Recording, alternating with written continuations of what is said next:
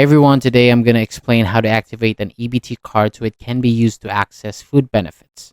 So before using the card for the first time, it needs to be activated and a 4-digit PIN must be set. You can activate the card by calling the number on the back of the card or a 1-866-545-6502 if that is the number provided. So follow the voice prompts, choose your language, then enter the 16-digit card number, birth date, social security number, and your new 4-digit PIN. Enter the PIN again to confirm it. You can also activate it online by going to www.ebtedge.com and selecting cardholder login, and then enter the 16-digit card number, choose the PIN option, then enter the birth date, social security number, and the 4-digit PIN. Confirm the PIN, then click update. So after activating the card, check the balance before shopping using the last receipt at the EBT helpline, the website, or the mobile app.